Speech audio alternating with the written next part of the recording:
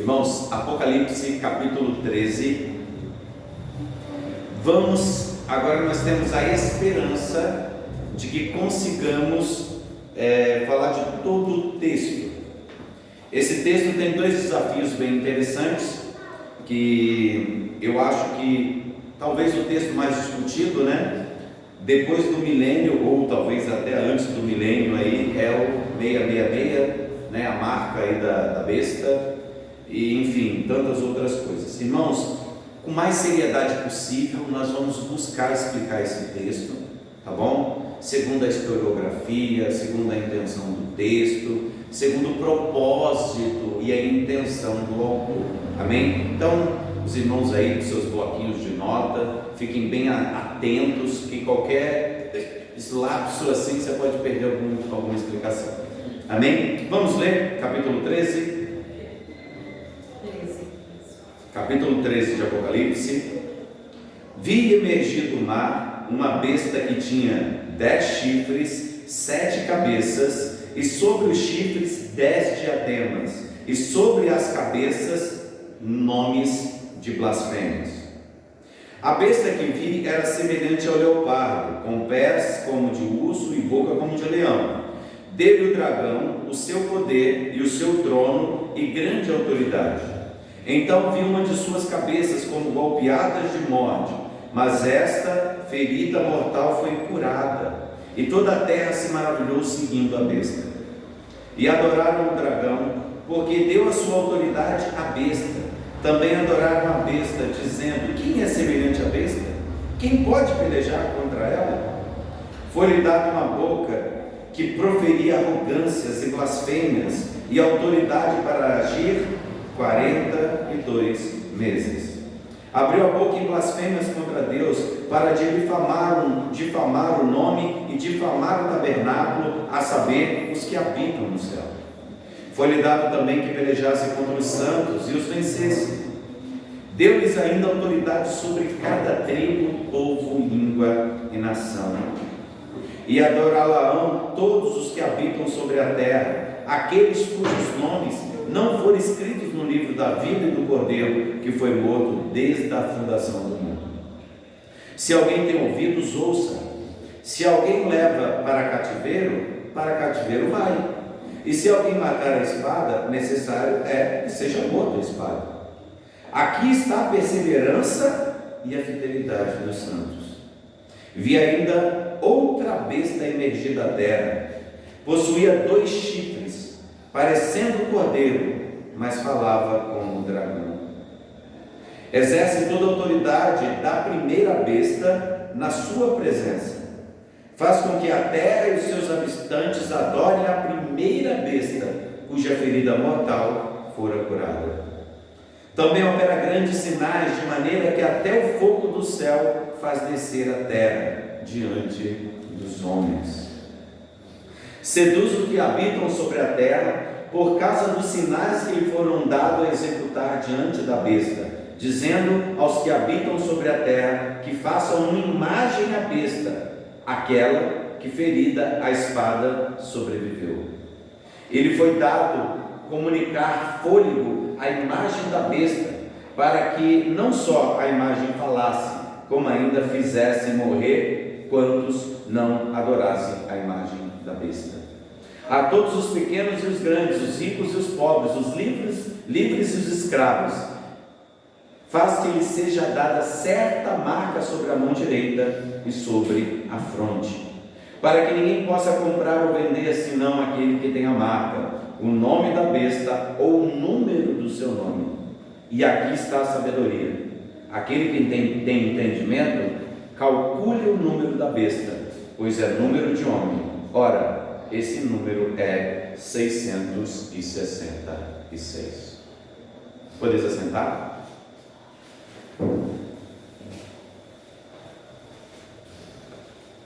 Eu estou vendo barulhinho no fundo, impressão minha.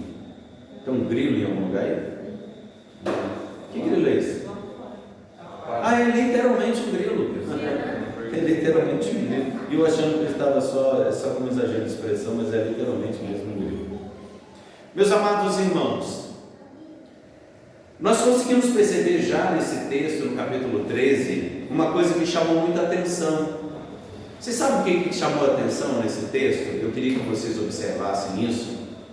Que toda a narrativa do capítulo 13, ela é uma constante subindo, até chegar a quem? A besta, o número 666. Vocês vão perceber que toda a trajetória do capítulo 13, ela está aqui para ir revelando a besta. Então, vai subindo, até que ele chega ao último verso, ele fala o quê? Aqui está a sabedoria. Aquele que tem entendimento, calcule o número da besta, pois é número de homem. Ora, esse número é 666. Então, o que nós vamos perceber nesse capítulo inteiro? Que todos os acontecimentos estão apontando para quem? Para a besta. Qual a besta? Essa que tem o número 666, que ela tem o número de homem. Então, sabendo disso, nós percebendo aqui junto que se trata do número da besta, aquele número que vai crescendo, aquela coisa toda, eu queria já começar texto por texto com os irmãos, texto a texto, verso a verso, e alguns versos nós vamos até conseguir passar um pouquinho mais rápido, mas em sua maioria não será assim, tá bom? Vamos lá, meus amados. O primeiro texto que nós vamos ler aqui, versículo 1, está escrito assim: e eu pus-me sobre a areia do mar, e vi subir do mar uma besta que tinha 7 cabeças e 10 chifres, e sobre os seus 10 chifres diademas, e sobre as suas cabeças o nome de blasfêmia. Vocês já fizeram o exercício de imaginar essa figura? Vocês já fizeram o exercício mental de imaginar essa figura? Vamos lá, tipo um dragão, uma besta, né? Tinha 7 cabeças, né? E ela tinha 10 diademas na cabeça. E ela, além de tudo ainda, e ela tinha sobre a cabeça um nome de blasfêmia. Vocês imaginaram tudo isso? Essa figura toda aí, essa figura bem interessante? Aí o que vocês fazem quando vocês imaginam isso? Porque assim, irmãos, se vocês forem fazer um exercício mental, nós estamos entendendo que aqui, o autor, João aqui, ele está fazendo uma imagem mental, mas ele está apontando para além da imagem.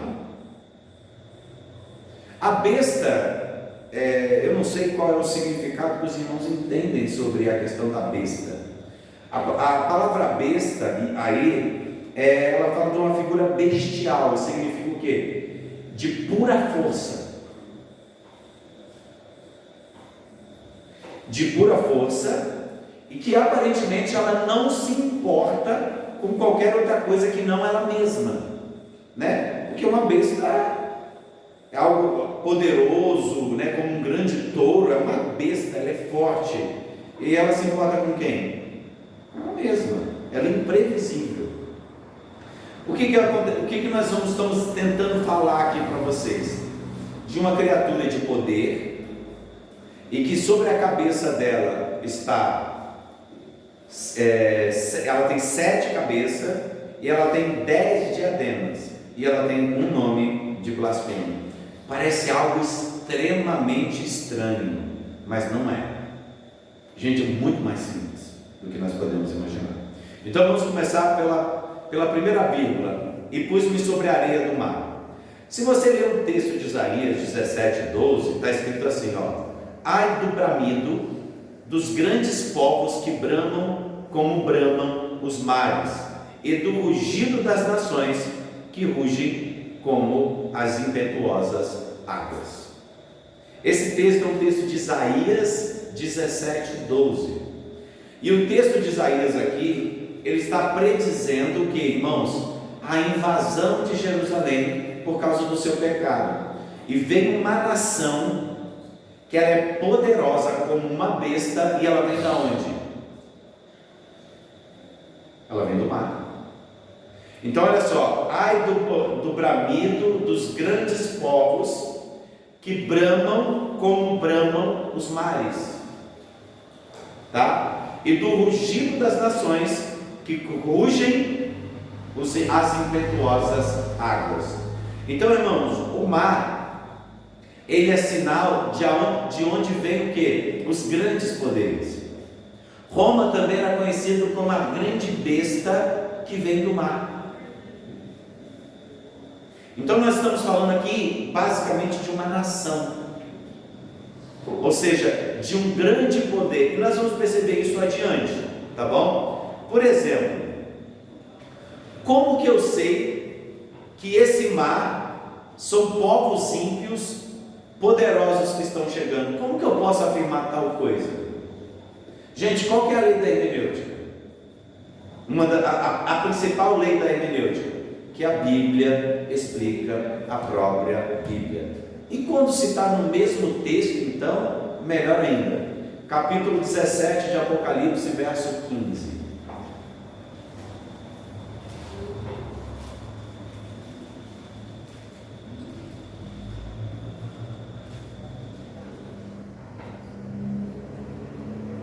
O que está escrito? Leia bem alto para mim.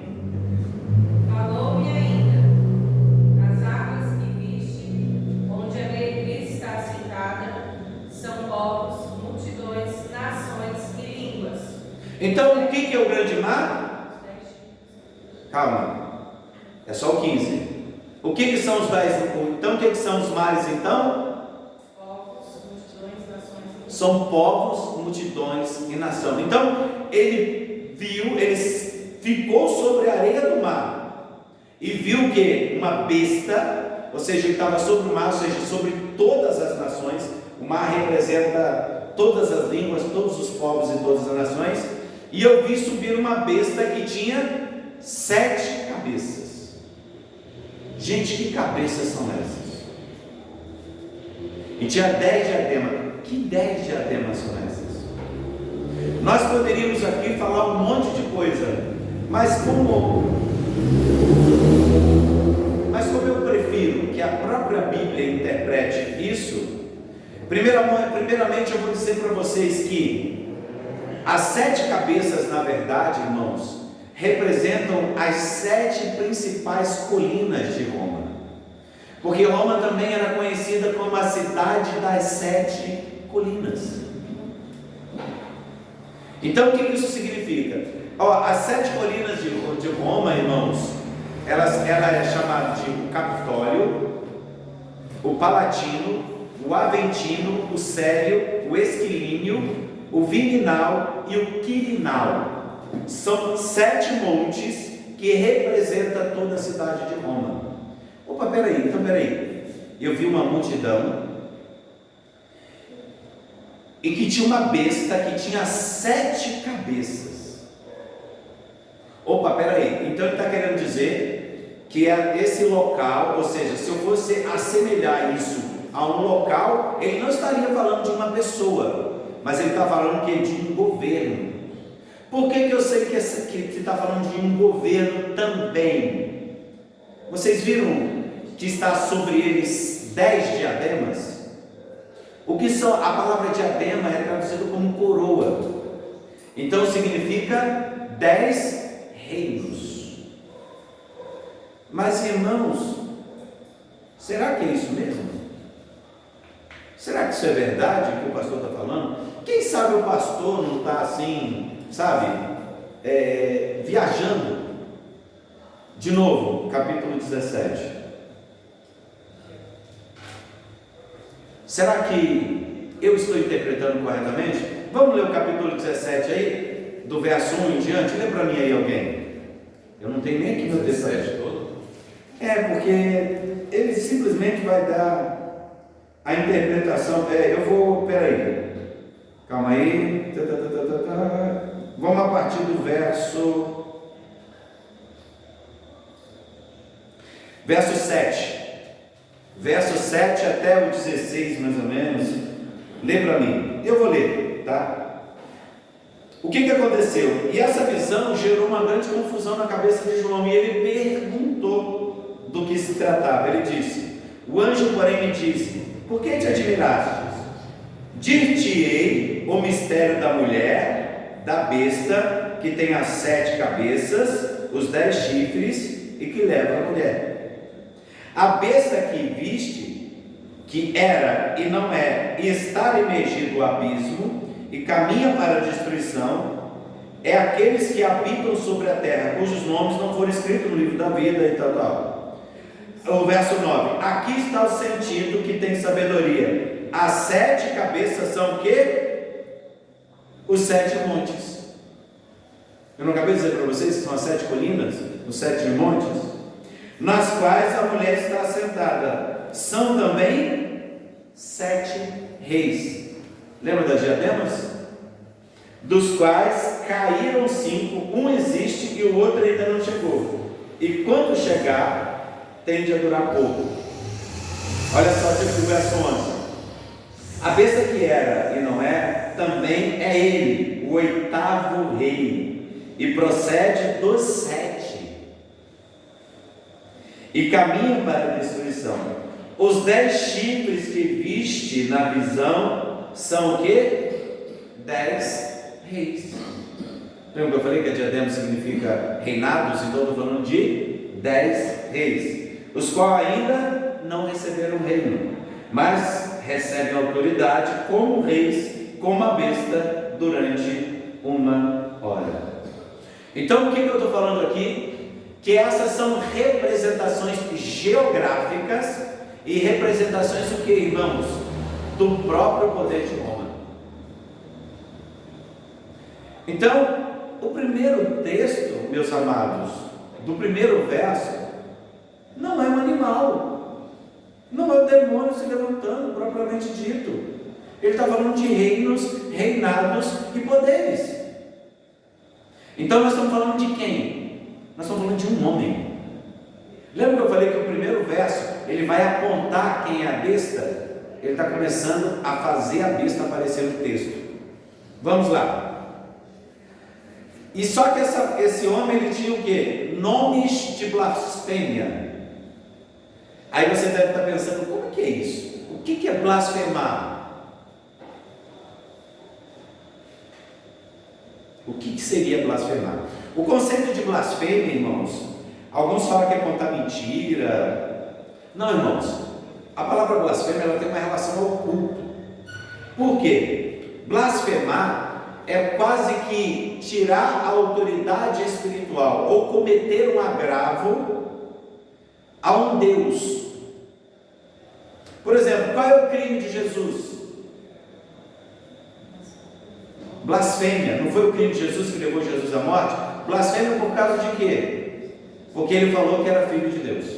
Esse foi o crime de Jesus Cristo, ser o filho de Deus.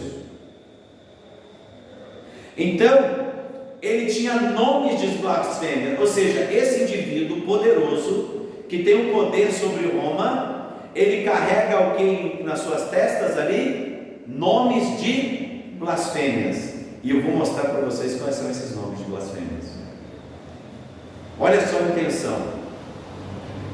Os títulos normalmente associados à dignidade imperial era o imperator, como significado de comandante supremo militar. A palavra César, que originalmente teve o significado de cabeça designada, que significa nobilíssimos César, e Augusto, como que? Majestoso ou digno de ser adorado. Ou seja, o nome dos imperadores, os títulos dos imperadores, geralmente estava assim: o adorado, ou magnífico. Ou seja, os nomes dos imperadores eram exaltados como Deus. Então todo aquele que se exalta como Deus, ele comete qual crime? Blasfêmia. Então esse indivíduo que domina sobre as 7 colinas, que ele tem os 10 reinos, e e ele está pegando o reino desses 7 reis. Ele carrega sobre si nome de blasfêmia, ou seja, o seu título é um título de anticristo. Por quê? Porque ele se coloca no lugar de Cristo, ou seja, ele coloca-se no lugar de Deus e quer adoração como Deus. Então, o título de blasfêmias aqui, nomes de blasfêmias, significa que ele quer para si um título de Deus, o Augustus, o adorado, o venerado. E vi subir do mar uma besta que tinha 7 cabeças, 10 chifres, e sobre os seus chifres 10 diademas. Então nós já falamos. Então você vai ver do verso 9 ao verso 13 do Apocalipse 17, explicando essa questão que nós acabamos de ler. Vocês querem que eu leia de novo? Para ficar mais claro na mente de vocês agora? Então olha só, eu vou explicar o restante desse verso. Está escrito assim, a Bíblia interpretando a própria Bíblia, que está no Apocalipse 17, do verso 9 a 13. Aqui o sentido que tem sabedoria. As 7 cabeças são 7 montes, que sobre as quais a mulher está sentada. E são também 7 reis, 5 já caíram, um existe, o outro ainda não é vindo, e quando vier, convém que dure um pouco de tempo. E a besta que era e já não é ela também o 8º, e é dos 7, e vai à perdição. E os 10 chifres que viste são 10 reis, que ainda não receberam o reino, mas receberão poder como reis por 1 hora, juntamente com a besta. Estes têm o mesmo intento, entregarão o seu poder e autoridade à besta. Ou seja, o texto está querendo dizer que essas figuras aqui, que vêm de Roma, aponta para alguém que vai preparar o caminho para a grande besta. Ou seja, são poderes mundanos, sistemas políticos dominadores que estarão preparando o caminho para a grande besta. E que besta é essa? Provavelmente um falso profeta. Verso 2: E a besta que vi era semelhante ao leopardo, e os seus pés como os de urso, e a sua boca como de leão, e o dragão deu-lhe o seu poder, e o seu trono, e grande poderio.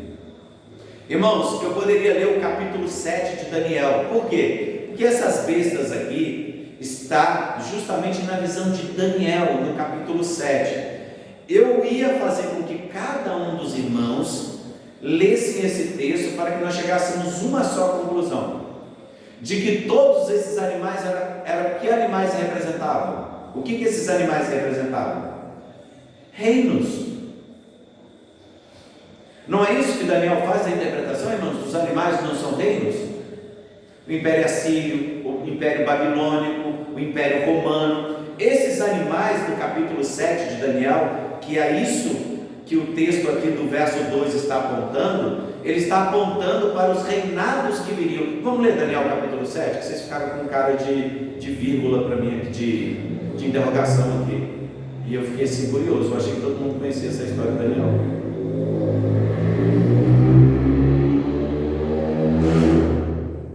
Hoje está difícil, hein? É muito barulho hoje. Misericórdia. Então, meus amados, capítulo 7. Alguém lê para mim então o capítulo 7 de Daniel?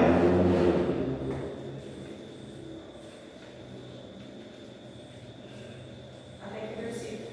Capítulo 7 de Daniel. Ele fala tudo sobre isso. Porque o próprio texto, irmão, vai dar a interpretação do conceito. Porque o leopardo, o urso, o leão e o dragão aqui, que é a grande besta que vai aparecer, nós estamos falando de poderes de nações. Então eu já expliquei que é um reino que está sendo preparado, e esse reino vai ser entregue à grande besta. E que reino é esse? É um reino misterioso, que o próprio Daniel revela, porque ele revela todos os reinos físicos, e no final vai aparecer uma criatura extremamente poderosa, que vai além dos reinos. Quem achou o capítulo 7 aí? Pode ler, Duda, bem alto. Em minha visão à noite, vi ainda um quarto animal, aterrorizante, assustador e muito poderoso. Tinha grandes dentes de ferro, com os quais despedaçava e devorava as vítimas, e pisoteava tudo que sobrava. Indiferente de todos os animais anteriores, e tinha 10 chifres. Enquanto eu considerava os chifres, vi os outros chifres pequenos. Surgiu entre eles, e 3 dos primeiros chifres foram arrancados para dar lugar a ele. Esse chifre possuía olhos como os olhos de um homem e uma boca que falava com arrogância. Blasfêmias. Enquanto eu olhava, os tronos foram colocados, e um ancião se assentou. Sua veste era branca como a neve, o cabelo era branco como a lã. Seu trono era envolto em fogo, e as rodas do trono estavam em chamas.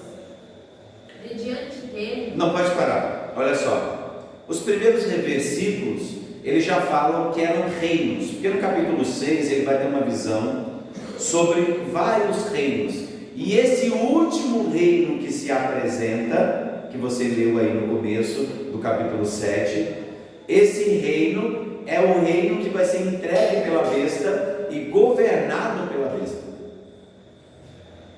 Eu queria que depois vocês lessem esse capítulo. Oi? A última besta. Ele está apontando para a última besta, que na verdade é aquela que prepara o caminho para o apocalipse final, que seria a revelação final, onde o Senhor, assentado no seu trono, viria julgar. Então o leopardo aqui, irmãos, o urso e esses animais que ele apresentam, ele faz representação dos reinos da época. Reino medo-persa, o reino romano, o reino greco-romano, o reino da Grécia. Então ele está apontando um desenvolvimento até que a besta chegaria. E as revelações de Daniel são tão precisas que os historiadores, eles não acreditam que Daniel tenha vivido na época correspondente a esses acontecimentos. Eu estou falando aí de 600, 700 anos antes de Cristo.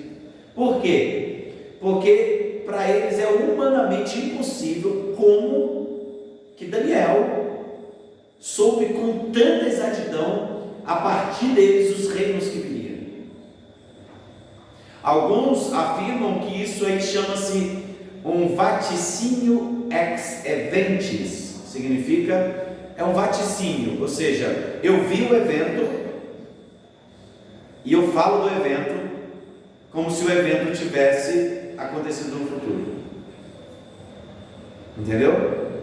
Só que nós não acreditamos nisso, né, meus amados irmãos? Então olha só, aqui a gente está falando de poderio, de um poder, de um governo preparado para a grande besta que viria. É isso que nós vemos no verso 2. Verso 3 do nosso capítulo 13 de Apocalipse. E vi uma das cabeças como que ferida de morte, e sua chaga mortal foi curada, e toda a terra se maravilhou após a besta. Irmãos, parece que esse texto nem encaixa aqui, né? Está falando de reinado e tal, daqui a pouco vi uma das cabeças. Vou fazer a pergunta de novo. As cabeças são os quê? São o quê, meus irmãos?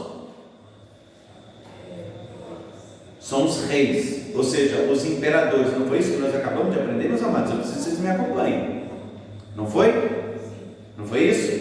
E ele está falando que uma dessas cabeças foi ferida de morte. Só que milagrosamente a chaga foi curada, e toda a terra se maravilhou com essa besta.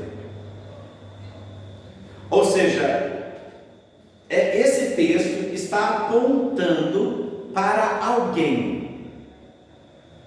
claramente está apontando para um rei real. Lembra que as cabeças são os reis?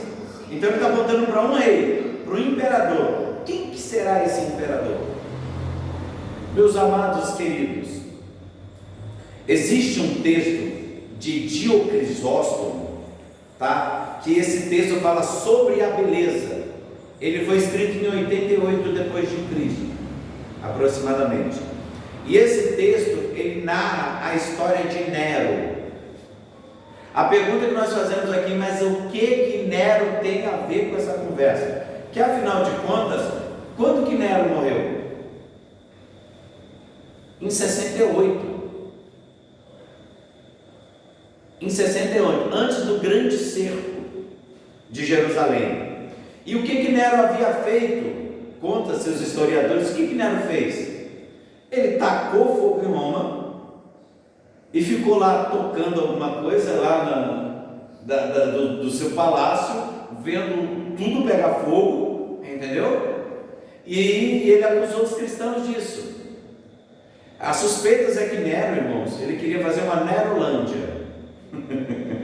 Ele achava que aquela cidade estava muito velha.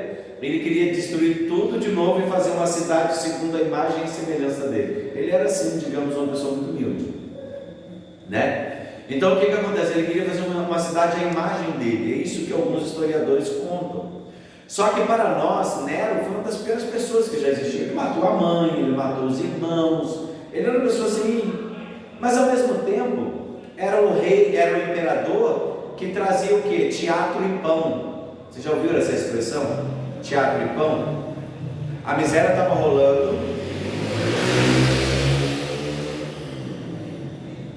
guerras acontecendo, um monte de insurgência. E o que Nero fazia? Chamava os gladiadores e fazia grandes shows.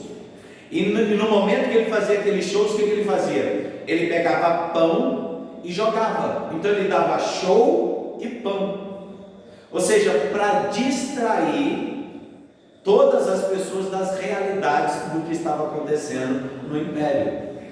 Ou seja, ele era um político que dava um Bolsa Família, um Vale Gás, enquanto ele gastava tudo e viajava pelo mundo inteiro. Qualquer semelhança, tá, gente? É só confusão aí, tá? Não tem nada a ver. Não fique imaginando que é alguma ideologia política, não. Mas é assim, ele se fazia de santo, bondoso, oprimia os pobres, tirava tudo dele. Mas o importante é que domingo tinha jogo. E aí as pessoas comiam pão e torciam no Big Brother, e torciam lá numa fazenda, e eles ficavam vendo shows, entretenimento, e eles simplesmente esqueciam de quem Nero era. Alguém que estava fundando a nação, perseguindo cristãos, tirando o direito das pessoas. Mas na verdade, você sabe quem o porco vai sempre amar? É aquele que está com a lata da lavagem na mão. Então não importa o que aconteça, desde que coma um pouco. Gostaram da mensagem? Então vocês entenderam. Então o que aconteceu? Por mais que Nero ele era uma pessoa deplorável, ele era a expressão máxima de tudo aquilo que era reprovável, isso era para os cristãos. Mas para o império, ele era a imagem do império. Para o cidadão de Roma, Nero, ele era uma grande pessoa. E com isso, o que aconteceu? Nero, quando ele foi cercado no grande cerco lá do império, quando Roma foi invadido, o que aconteceu, meus amados? Nero se suicidou. Aí o que o Nero fez? No momento que ele ia ser pego, ele foi lá e pegou a espada e passou na sua própria garganta, e ele morreu. Ou seja, ele se suicidou. Mas o que aconteceu, meus irmãos? Começou a surgir uma história. E essa história, sabe o que significava? Era o mito do Nero redivivos. Porque ninguém aceitava o fato de que Nero tinha morrido. Porque assim, irmãos, se o imperador morre, também morre o que? O império. Então o império e o imperador, eles eram duas pessoas associadas. Então quando um morria, o império também morria, e mudavam-se todas as leis. E Roma era o grande império que estava ali há mais de 200, 300, quase 400 anos. E aquele império greco-macedônico, né, que a gente fala desde a época de Alexandre o Grande. Então vocês começam a perceber que esse povo, ele ansiava, que começaram a dizer, né, por si mesmo, não, na verdade Nero não morreu. Eles se fingiam de morto, e qualquer hora ele vai aparecer, e vai arrumar um cerco, e vai tomar o reino de novo. E o tempo começou a passar, e eles começaram não mais a pensar em Nero simplesmente como um homem, mas como aquele que renasceria ou em outra pessoa, ou ele mesmo apareceria milagrosamente e tomaria todo o reino. Então começou a surgir o mito do Nero redivivo. E Dio Crisóstomo, um historiador da época, ele escreve assim a respeito de Nero: nada havia, não havia nada que o impedisse, está falando de Nero, de continuar a ser o imperador para sempre, visto que até hoje todos desejam que ele ainda esteja vivo, e a grande maioria acredita que ele está, embora em certo sentido ele não tenha morrido uma vez, mas muitas vezes junto com aqueles que estavam firmemente convencidos de que ele ainda está vivo. Ou seja, a adoração a Nero ainda acontecia, mesmo que não seja tão comum, mas Nero, ele tinha a sua adoração imperial. Então tinha algumas pessoas que adoravam a imagem dessa besta e prestavam culto a ela, e ansiavam de coração de que essa besta ressurgisse. E tinha outras formas de ressurgir como? Em um novo imperador. Para vocês terem uma ideia, qual era o maior perseguidor do cristianismo na época de João? Era Diocleciano. E ele era conhecido, adivinha como? Nero Careca. Então aí o conceito de Nero ainda estava vivo através do historiador Dio Crisóstomo. Olha só, meus amados, olha só. A expectativa de um retorno triunfal de Nero após seu suposto suicídio em 68 foi bastante difundida até pelo menos o século III. Irmãos, depois do ano 200 e pouco, ainda tinha gente acreditando que Nero estava vivo e que ele ressurgiria a qualquer momento. Por causa do quê? Do mito do grande Deus Nero redivivo. Além de vários testemunhos de autores romanos como Tácito e Suetônio sobre essa crença, temos também referências ao chamado mito do Nero redivivus, ou Nero ressuscitado, em textos cristãos e judaicos antigos, como os oráculos de Sibilinos, a ascensão de Isaías e possivelmente o texto que nós estamos comentando, que é o texto de Apocalipse. Então existe um texto judaico misturado com os mitos romanos, que é o que eu falei sobre oráculos sibilinos. Eles falavam do possível retorno de Nero como um grande poderio, como uma grande besta que surgia do mar. Então de quem que nós estamos falando? Nós estamos falando do mito do Nero redivivus. Só que nós temos que entender, irmãos, que isso aqui é chamado de coagulação simbólica. Nossa, falei grego agora, né? A palavra coagulação simbólica, dentro da historiografia, é o seguinte: aponta-se para uma coisa, mas vai além dessa coisa. Em outras palavras, nós apontamos para um rei que foi real, que é chamado Nero. Mas agora nós não estamos falando mais de Nero. Nós estamos falando de alguém que vai além de Nero, mas que tem todas as características de Nero. Ou seja, não é mais o Nero, o ser humano Nero que nós estamos falando. Não é mais aquele imperador carnal, aquele que viveu entre os homens. Está apontando para alguma coisa que representa ele e vai além dele. Isso na historiografia nós chamamos de coagulação. Coagulação histórica. Então, o mito do Nero redivivus fazia com que Nero saísse de um ser humano normal e se tornasse quem? O símbolo de uma coisa, ou seja, o símbolo do próprio império, o símbolo do próprio poder, o símbolo do grande e poderoso dominador de todas as coisas. Por isso, irmãos, que ele tinha nome de blasfêmias. Por quê? Porque ele era adorado. Então, qual era a blasfêmia? Qual era o nome de blasfêmia? Ele se colocava no lugar de Deus e ele assumia a posição de Deus.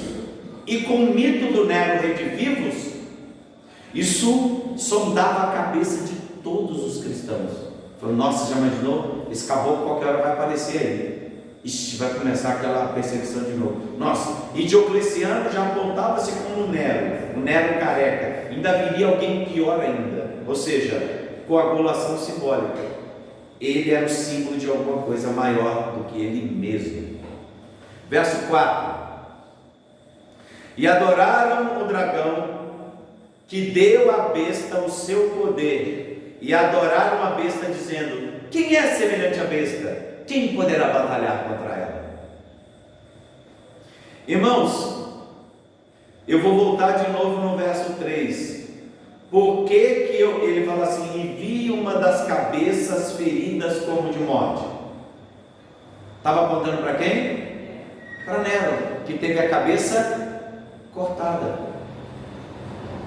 E olha só, e a sua chaga foi mortal, foi o que? Curada. Ou seja, o mito do Nero redivivus.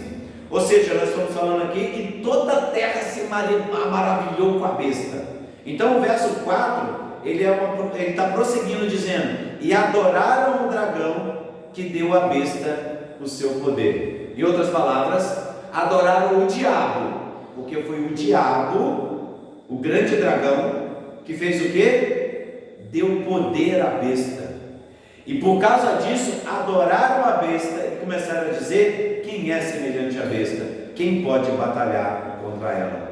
Nós acabamos de ouvir, de ler aqui o texto de Diocrisóstomo dizendo que nada poderia impedi-lo. Quem? Nero. Pois não, minha irmã? Eu ia perguntar o seguinte: você acha que você falou que relaciona a Nero, né? Isso. Não, pegou fogo não, que foi decapitada. É isso. Mas aí ela tem relação com o presente e com o futuro? Exatamente. A questão é essa. Essa cabeça que foi ferida, ela naquele tempo ela representava o próprio Nero.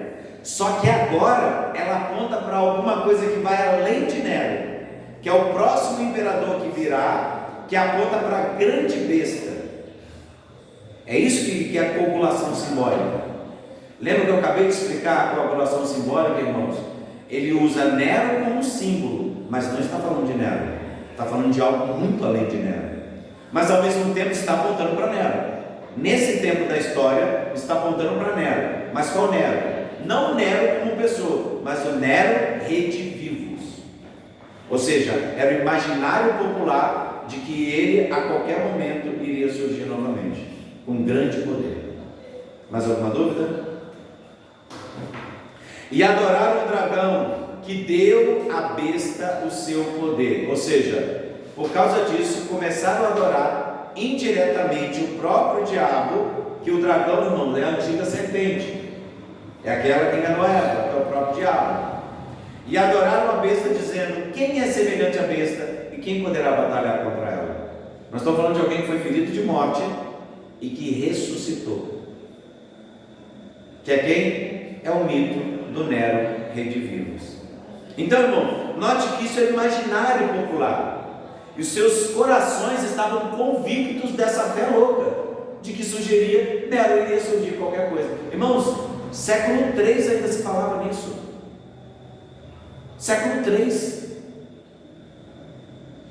Verso 5: e foi-lhe dado uma boca para proferir grandes coisas e blasfêmias, e deu-lhes o poder para agir por 42 meses.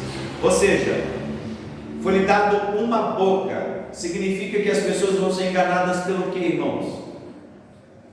Pela palavra, pela pregação. As pessoas serão enganadas pela pregação, pelo discurso, pela ideologia, pelo discurso ideológico. Irmãos, eu estou usando um anacronismo aqui, ou seja, estou pegando uma palavra do futuro e estou atravessando ela na história para colocar lá, porque era uma ideologia. Qual é a ideologia? De que Nero era o grande poderio que se levantaria, ou seja, era uma pregação do sistema romano da época, do grande império. Então, e a questão era, os corações deles estavam convictos disso. Então, olha só, e foi dado foi dado uma boca para proferir grandes coisas de blasfêmia. Significa o quê? O império assumiria o lugar do próprio Deus. Por quê? O que é blasfêmia? Se colocar no lugar de Deus. É a mesma palavra para anticristo. Anticristo, irmão, não é contra Cristo, mas é aquele que se coloca no lugar de Cristo. Vocês estão entendendo? E o que os imperadores faziam? Se colocavam no lugar de Deus, porque afinal de contas eles queriam adoração para quem? Para eles. Então o culto ao imperador era a coisa mais comum. Então eles tinham o quê? Nomes de blasfêmias. E deu-lhe poder para agir durante 42 meses. 42 meses representa o que, meus amados irmãos? Explicam para mim, que eu já cansei de explicar isso, e vocês vão responder para mim hoje. O que representa os 42 meses?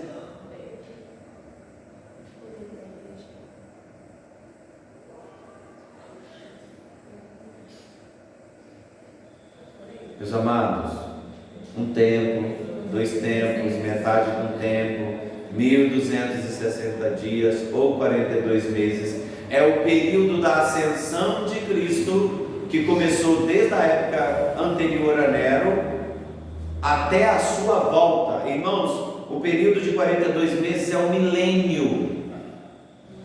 É o período em que a igreja estará submetida ao reinado de Cristo, mas o diabo vai pelejar contra a igreja. Então, os 42 meses é o período de perseguição da igreja, é o grande milênio, aonde vai ser separado os selados por Deus e os selados pelo diabo, onde vai fazer separação entre os eleitos de Deus e os condenados ao inferno juntamente com Satanás. Vocês estão entendendo isso? Então 42 meses é o próprio milênio, que vai ser explicado só no capítulo 20. Lembra do ciclo? Lá que vai explicar que período é esse. 1000 anos. Irmãos, período de 1000 anos não é 999 dias e pá, 1000, acabou, agora Deus vem. Não, isso não é literal. Milênio é um grande tempo, o período em que a igreja vai ser experimentada. Alguns serão eleitos, outros sofrerão martírios.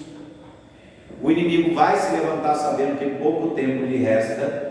Por isso que os períodos são rápidos aqui. Você pode ver que o reinado da besta é rápido. Por que ele é rápido? Porque o Senhor, ele não tarda, ele vem sem demora. E ele abreviou o tempo para quê? Para que os eleitos não se percam. Você vai ver que os textos vão dizer muito sobre isso. Então, como já explicamos, esse período é o que chamamos de milênio, período entre a primeira vinda do Senhor e o juízo final. Irmãos, e é nesse período que vai acontecer o quê? O império da religião estatal, onde o governo é o próprio Deus e dele vem todas as coisas. Vocês estão entendendo?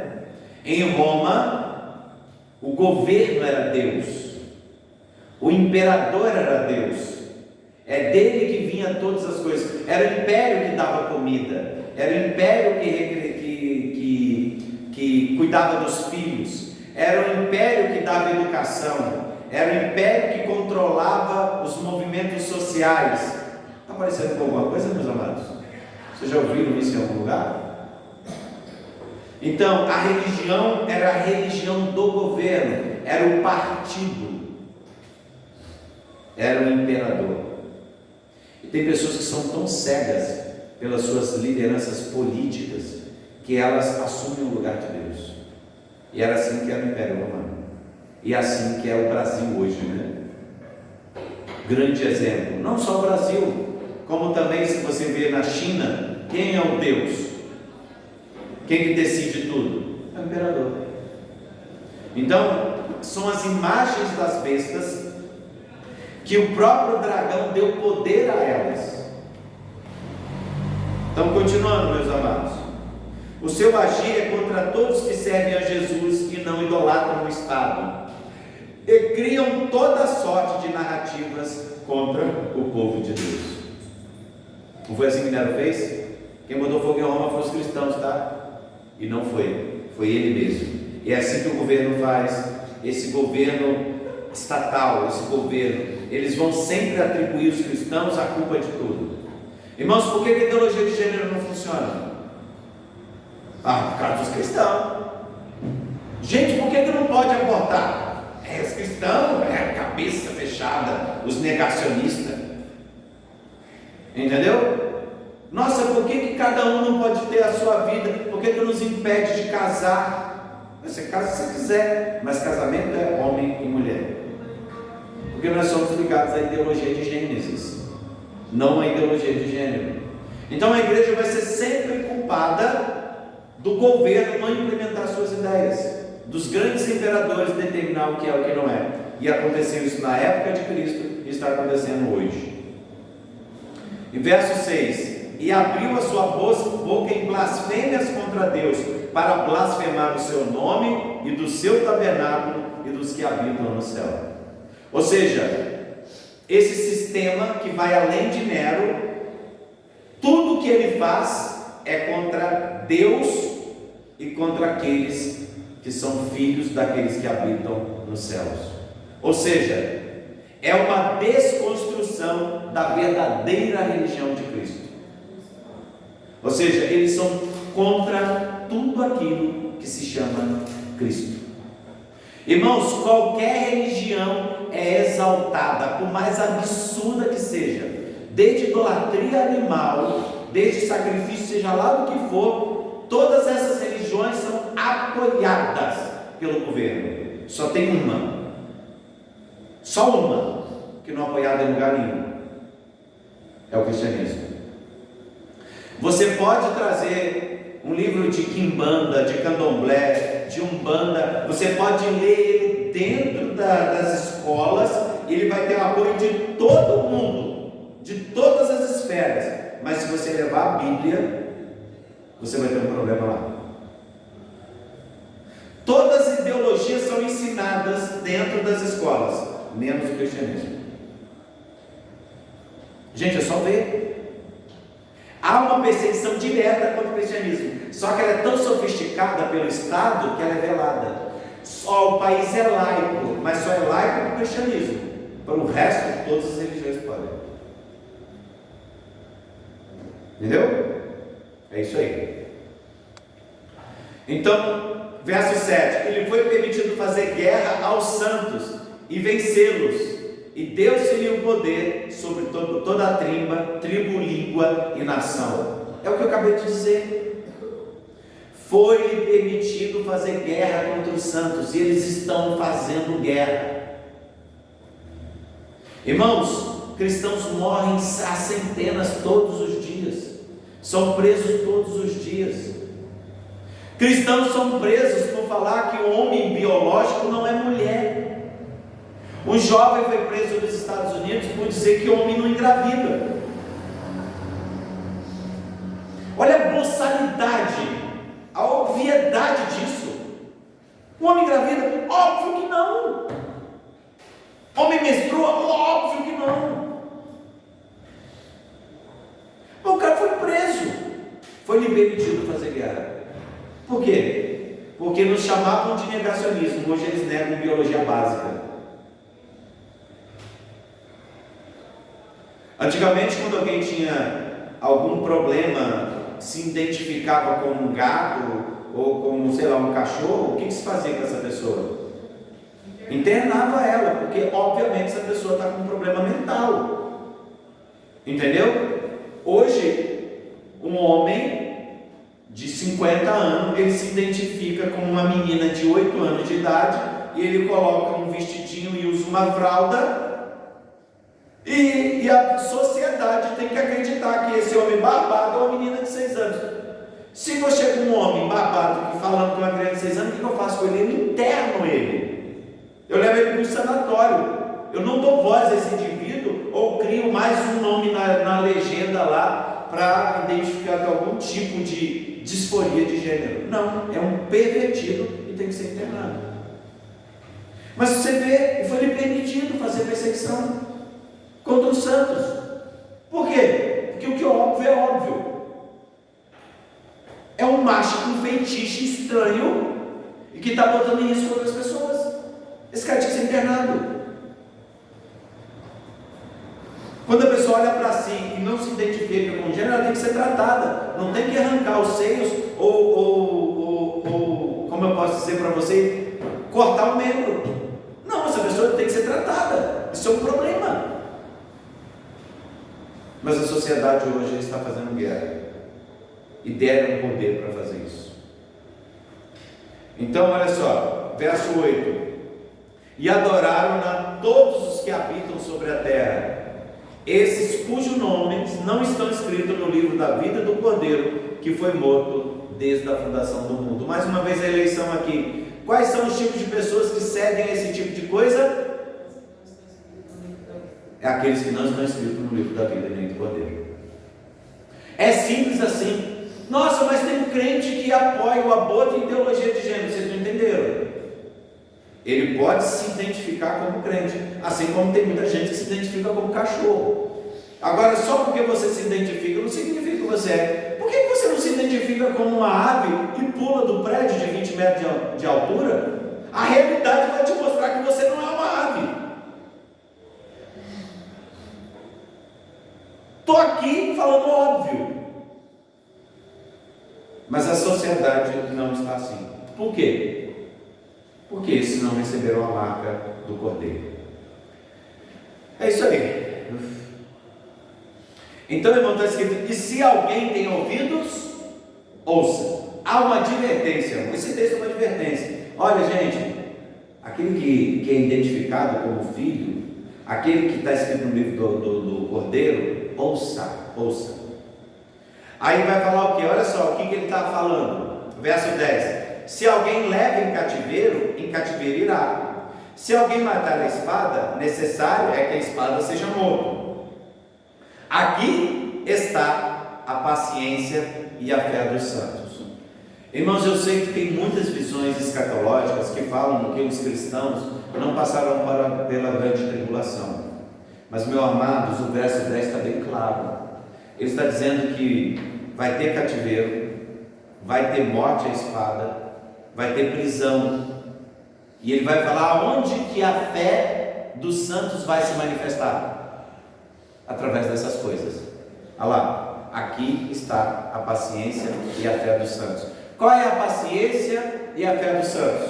Sofrer perseguição, tribulação, morte, encarceramento. Então, meus amados, sinto muito dizer, nós vamos passar pela tribulação, nós vamos passar pela perseguição. Só que aqui está a paciência e a fé dos santos. Verso 11: e fez subir da terra outra besta, tinha 2 chifres semelhantes aos de um cordeiro, e falava como dragão. Ou seja, essa outra besta agora, irmãos, que está indo além de Nero, ela fala como dragão. Quem é o dragão? É o próprio Satanás. Ele fala como ela, não é ela, mas representa propriamente dito a besta.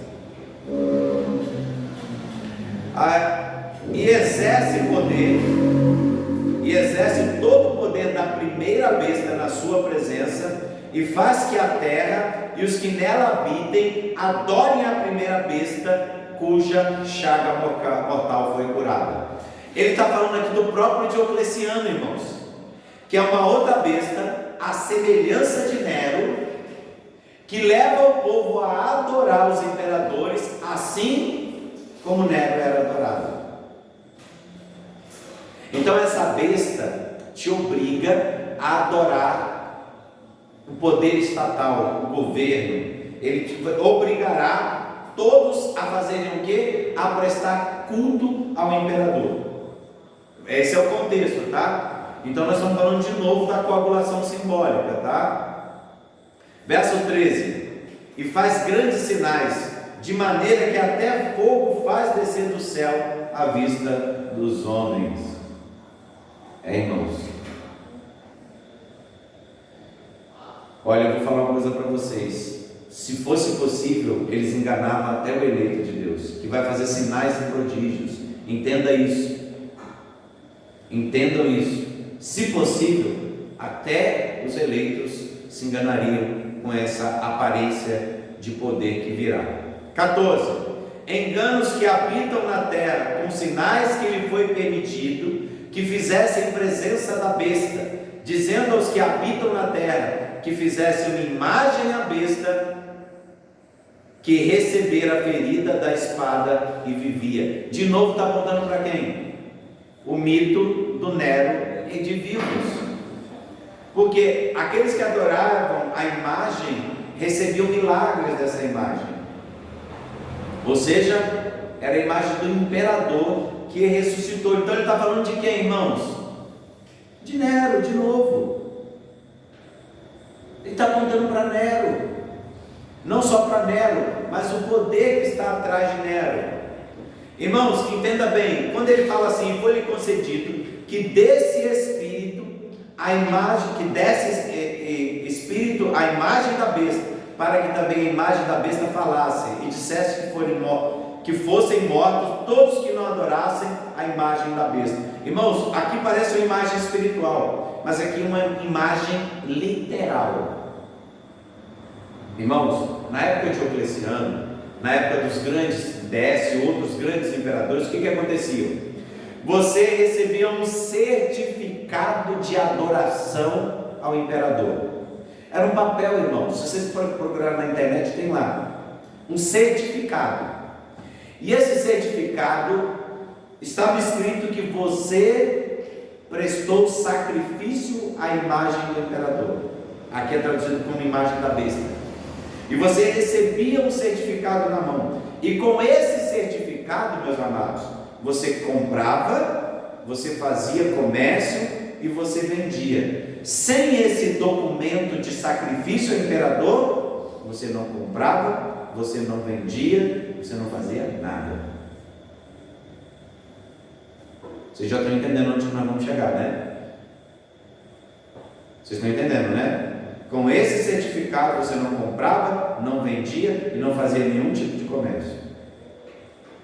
Ou seja, e foi-lhe concedido que desse espírito à imagem da besta. Ou seja, ele está falando sobre esse sentido de adoração, para que também a imagem da besta falasse.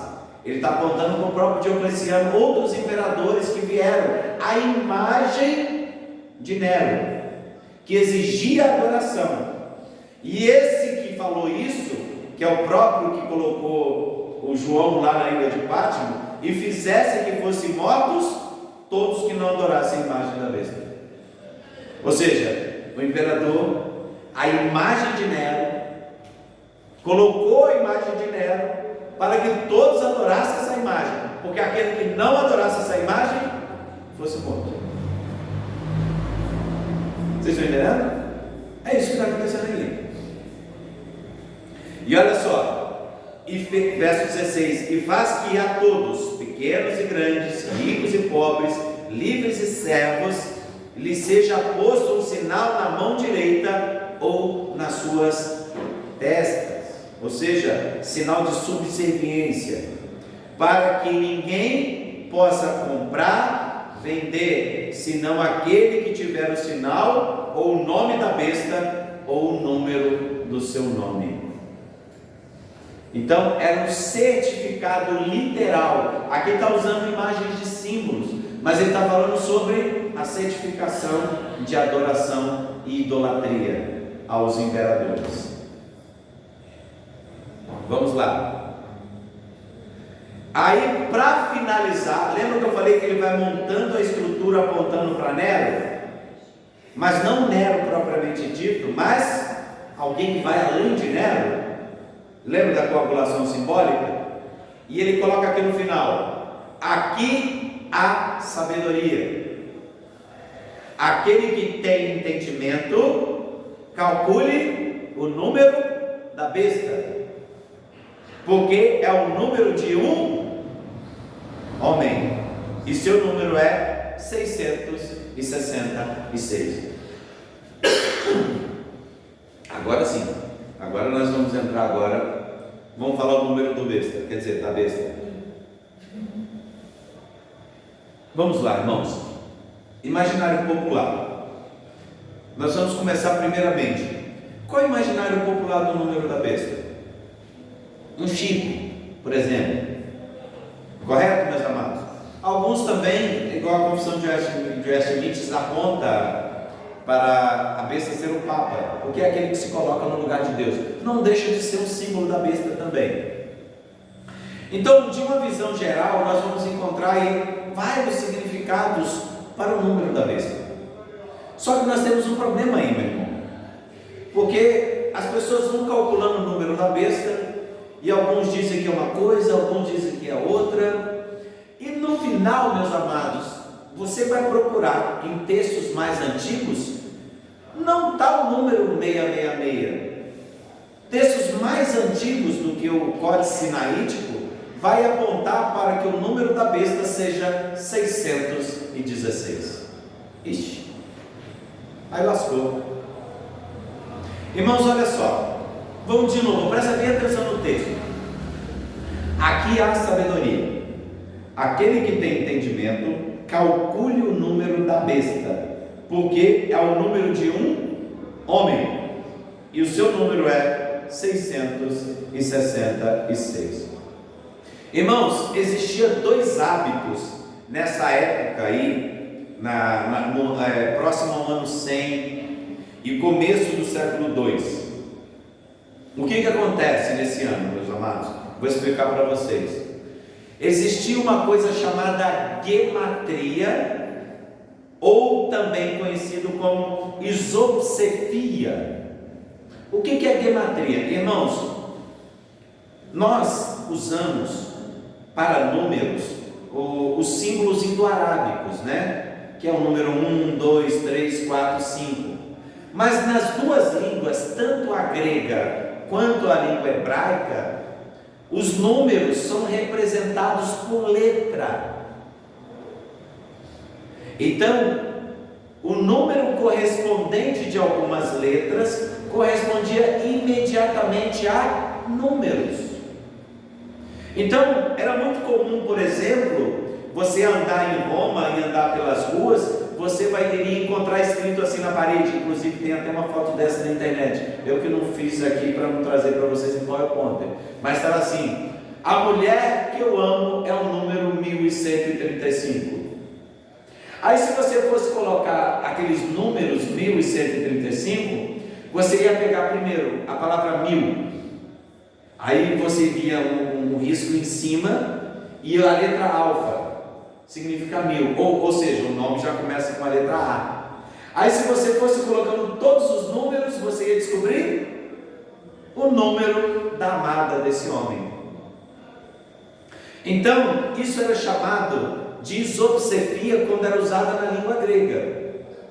Mas quando se usava na língua hebraica, o nome era gematria, ou seja, é uma relação entre caracteres de letras que representavam números. Então, se você pegasse os números das palavras Nero, César e Anticristo, adivinha qual o número que dava? 666.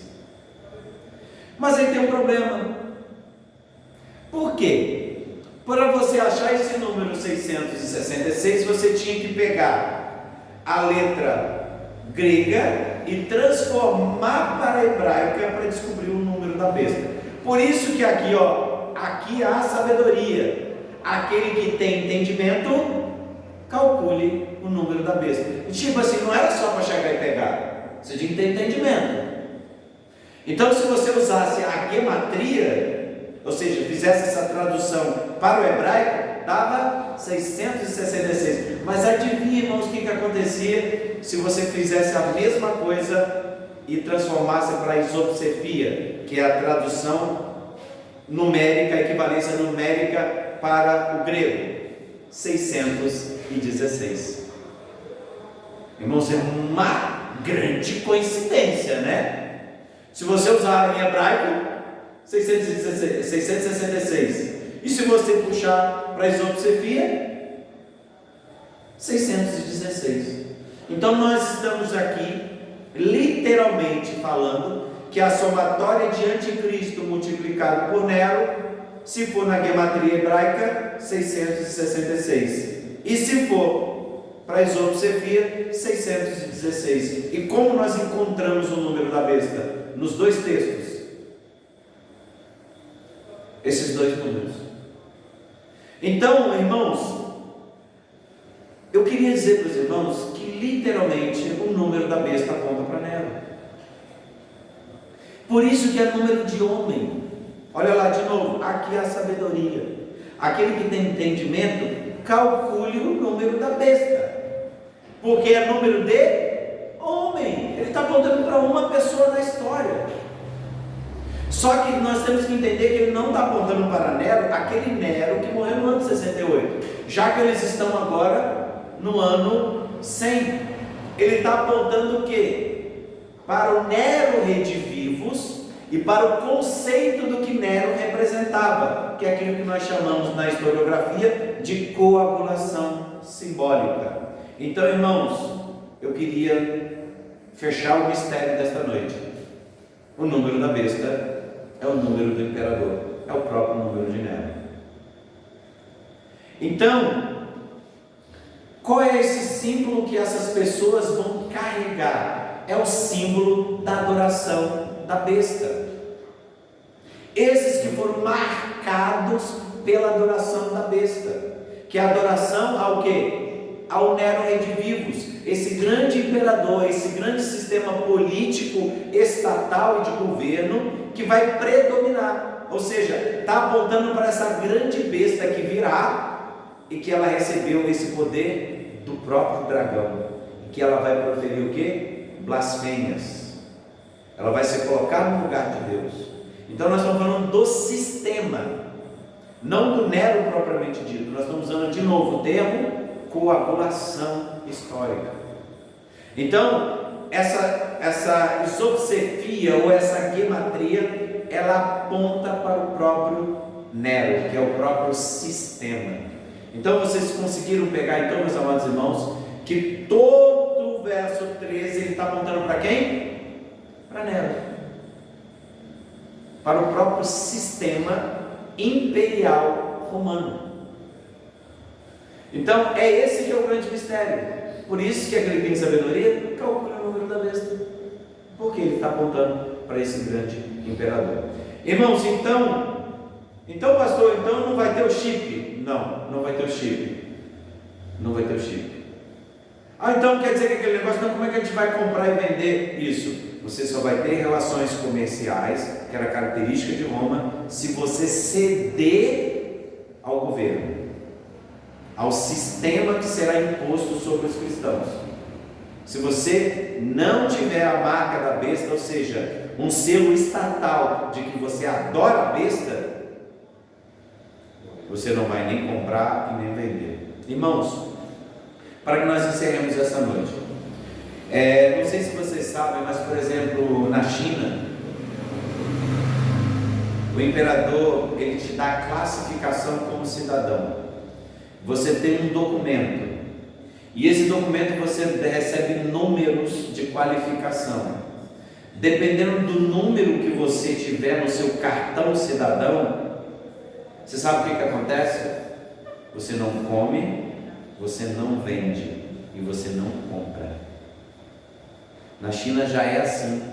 O sistema imperial te dá um cartão que quando você vai no mercado, para você comprar alguma coisa, você tem que apresentar esse cartão. E dependendo da numeração que você tem desse cartão, você não compra. Você não vende e você não come. É incrível como que João ele apontou para um governo que estaria dominando sobre as pessoas e aconteceria exatamente isso. Então nós temos hoje a China como exemplo. Elas já fazem isso, perseguem, matam, prendem e tem um cartão. Isso está acontecendo agora no nosso país. Veladamente nós estamos caminhando para isso. Por quê? Porque eles querem colocar o mesmo sistema de lá, querem colocar aqui. Irmãos, mas esse sistema está dominando o mundo. Aqui mesmo, aqui na América do Sul, nós já temos governos ali que tem um cartão. Por exemplo, se você não votar no bigodudo que veio aqui no Brasil, que é amigo do nosso presidente, se você não tiver o comprovante que você votou nele, você não recebe nada do governo, você não come. Então vocês podem ver que está apontando para Nero, mas o sistema vai além de Nero. É isso que o texto está querendo dizer aqui, que haverá um período, irmãos, onde nós seremos presos, perseguidos, mortos, mas essa é a paciência do cristão. Nós vamos passar por essa tribulação, mas vai ser rápido. Por quê? Para que os filhos de Deus não se percam. Aqueles que foi selado por Deus não se percam. Então o capítulo 13 aqui é só para mostrar o tipo de sistema que virá, a imagem do império de Nero, e no final, irmãos, era isso que o texto sempre quis dizer. Então eu sei que o imaginário popular, ele fala muitas coisas, ele fala a respeito de muitas coisas, mas meus amados, não é, tá bom? Então a imagem da besta é o próprio Nero. Eu sei que tem várias visões escatológicas que podem apontar para algumas outras coisas, mas no final é sempre o sistema maligno mesmo. E o texto aqui tudo indica, de acordo com a historiografia, de acordo com o período histórico, de acordo com a crença popular daquela época, de acordo com o livro lá que nós acabamos comentando aqui sobre o mito do Neros redivivos aqui. Então tudo aqui aponta para aquilo que eu acabei de dizer para os irmãos. Então nós estamos contando aqui a história do Nero redivivos. Nós estamos contando aqui o que? A história de Diocrisóstomo, ou seja, o conceito popular que existia na época dessa grande besta que surgiria. Então, sendo assim, irmãos, usando como argumento o relato de Tácito, Suetônio, oráculos sibirinos, Diocrisóstomo, nós temos informações históricas, informações historiográficas, informações culturais, e no final nós ainda temos a isopsofia e a gematria hebraica para dizer e apontar para vocês que o número da besta se trata do imperador. Amém, meus amados? Então, qualquer mito que vocês verem daqui por diante, eu sei, irmãos, eu sei que algumas pessoas foram criadas dentro de um contexto, e é tão bonito aqueles filmes deixados para trás e tal, aquela coisa toda, mas entenda, as pessoas estão baseando suas teologias, a sua visão escatológica baseada num filme. Nós precisamos basear isso nas escrituras e na historiografia, porque o texto tinha uma intenção, e o autor deixou bem claro aqui qual era a intenção: apontar para Nero, não Nero propriamente dito, mas o Nero redivivos, aquele que viveria no espírito de Nero. E vários Neros já surgiram. Por isso que nós vamos ver no capítulo 17 que houve 6, mas o que é, o outro não é, mas virá outro. Por quê? Porque depois de Nero teve mais 3 Neros. Eles adicionaram ao seu próprio nome o título Nero. Então, dentro dos apoiadores de Nero, daqueles que acreditavam no mito redivivos, que era muito comum na mente dos cristãos e dos judaicos no primeiro século, então o que eles estão fazendo? Eles estão falando, ó, o que era não é, mas o que vai ser, aquela coisa toda que a gente vai ver no capítulo 17 de Apocalipse. Ou seja, apontando para alguém que vem à imagem de Nero, a besta, aquele que foi dado o poder para ressuscitar e fazer sinais, aquele que teve a cabeça ferida e ressuscitou. Amém? Vamos colocar de pé, vamos orar. Alguma dúvida, meus amados? Acho que não, né? Acho que devo explicar bem. Vamos colocar de pé, vamos agradecer a Deus. Pai Santo, Pai bendito, na Tua presença nos colocamos. Pai, muito obrigado mais uma vez pela oportunidade de expressarmos, Senhor Jesus, a nossa fé. Pai, ajuda-nos, Senhor, diante de tantos problemas que ainda vamos enfrentar por aqueles que defendem, Senhor Jesus, a Tua palavra e a Tua verdade. Pai, muito obrigado por revelar, Senhor Jesus, essas coisas aos seus pequeninos, Pai. Muito obrigado por usar a sua instrumentalidade para que nós possamos chegar ao conhecimento pleno da Tua palavra. Pai, muito obrigado a cada dia do Senhor nos fazer crescer em sabedoria, conhecimento e graça.